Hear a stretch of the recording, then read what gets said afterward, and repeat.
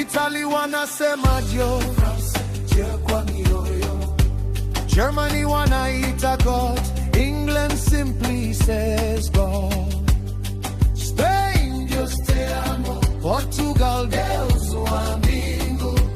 Russia Bog Mwelele, Europe yote yasema wewe,